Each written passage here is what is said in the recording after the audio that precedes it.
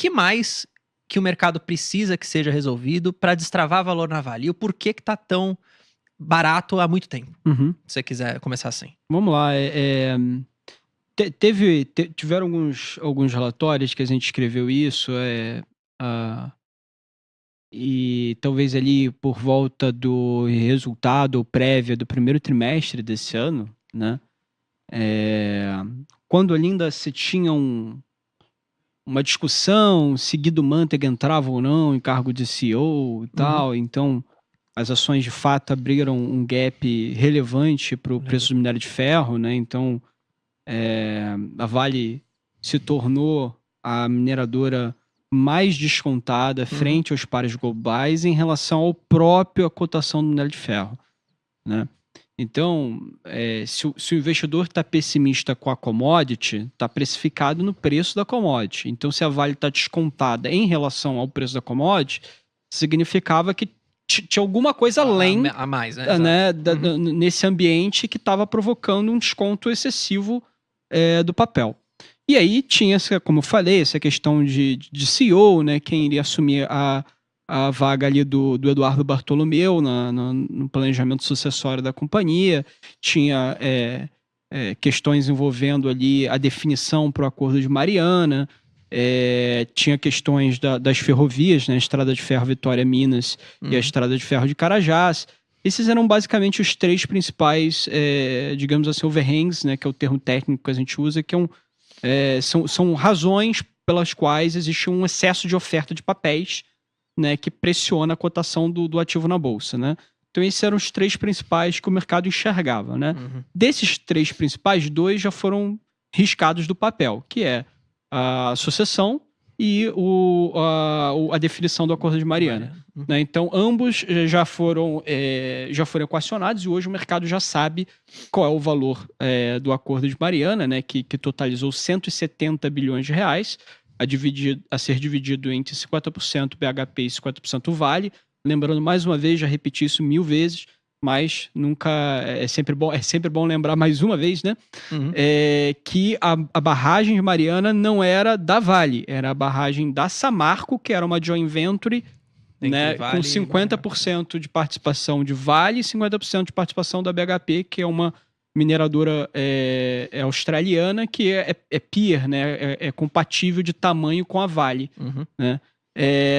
As duas eram sócias nesse negócio, a barragem estourou em 2015 e ambas as empresas vinham pagando, principalmente através da Fundação Renova, que foi uma organização sem fins lucrativos que foi criada para canalizar o processo de indenização, e ambas as empresas vinham depositando dinheiro na Fundação Renova e a Fundação Renova vinha repassando para as pessoas que foram lesadas, né, e tiveram entes queridos que perderam a vida, tiveram propriedades que tiveram contaminação, o leito do rio que foi contaminado, enfim, toda essa questão envolvendo ali o processo de indenização vinha sendo pago, mas a gente não sabia, o mercado não sabia qual era o tamanho do buraco.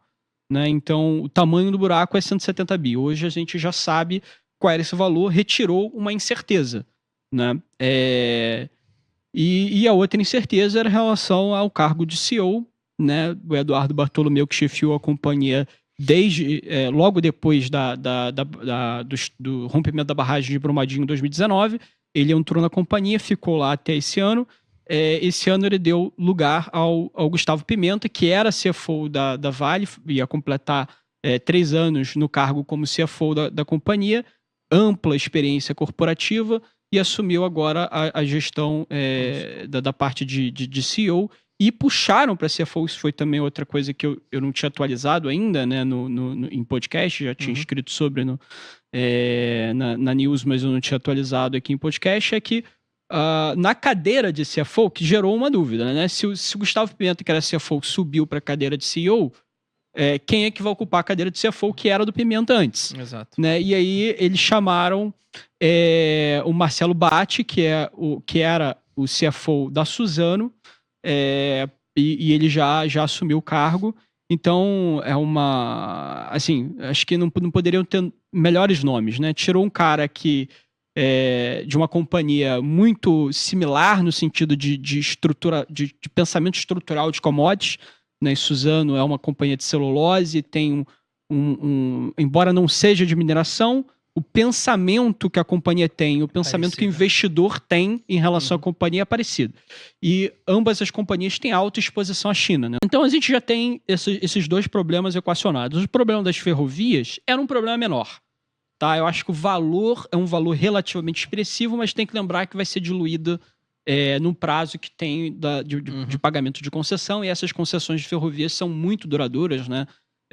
20 a 25 anos, que é o máximo que se tem permitido por parceria público-privada no Brasil, em termos de concessão de ativos que eram públicos. Então, você tem ali uma concessão que se eu não me engano, está no 10º, faltaria 17 anos. Eu não sei se 17 ou 18, mas por aí. Então, assim, ela está bem no início, né? Ela foi renovada antecipadamente no governo Bolsonaro, então tem poucos anos aí de vida nessa renovação. Então você tem literalmente uma estrada aí pela frente de tempo para você diluir o potencial valor adicional da outorga que a Vale vai ter que pagar. Então, eu acho que esse era um dos menores problemas. Os dois pontos que eu mencionei, CEO e Mariana, eram problemas que preocupavam muito mais o mercado. E a gente já vê esse problema, de certa forma, endereçado. Não vou dizer equacionado, porque o valor está lá, ela tem que pagar agora, né? Mas retirou a incerteza de você não saber qual o tamanho do buraco.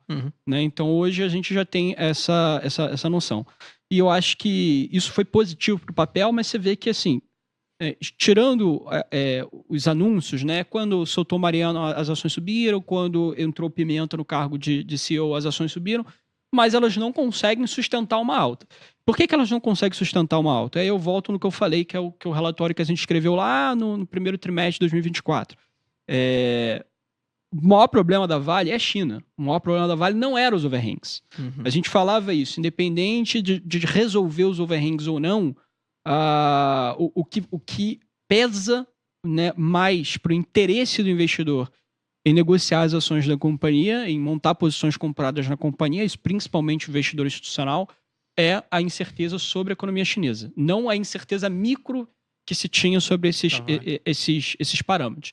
Tanto que eu usava esse exemplo, eu acho que eu já cheguei a falar isso com você, se a gente tivesse um cenário onde o minério de ferro estava $200 a tonelada, igual a gente presenciou em 2021, e se tivesse com esses dois problemas para resolver, quem ia ocupar o cargo de CEO e quem iria e qual seria o valor terminal do acordo de Mariana, independente desses dois problemas, Vale estava lá nos seus 90 e poucos reais. Por quê? Porque o investidor está mais preocupado com o destino da commodity, com o valor que essa commodity tem. Então, se o cenário fosse positivo para a commodity e tivesse nesse patamar aí de $200, que foi quando bateu o recorde, o investidor meio que estava assim, ó, Mariana, CEO, depois eu vejo isso aí, agora eu vou fazer o cash-in dos gordos dividendos, da alta geração de fluxo de caixa que a commodities consegue proporcionar nesse valor para a Vale. Então, eu acho que o problema era que você tinha a conjuntura de um cenário debilitado para a China, somado a esses fatores que certamente não ajudavam o papel. Né? Então, você tinha um pior cenário ali desenhado. Né? Embora os overhangs comecem, como a gente comentou, comecem a ser arriscados, e serem equacionados nesse sentido de reduzir a incerteza, China ainda continua com as mesmas incertezas e talvez as incertezas ainda mais ampliadas, porque ela está começando a se movimentar um pouco mais do que se movimentou no início do ano em relação a pacotes de estímulos, mas isso tem frustrado o mercado, porque o mercado sempre espera mais. Então vem um pacote, não era isso que eu gostaria, queria que fosse igual aconteceu lá em 2015, que foram tantos trilhões. E aí o valor é menor, vem a frustração e as ações caem de novo.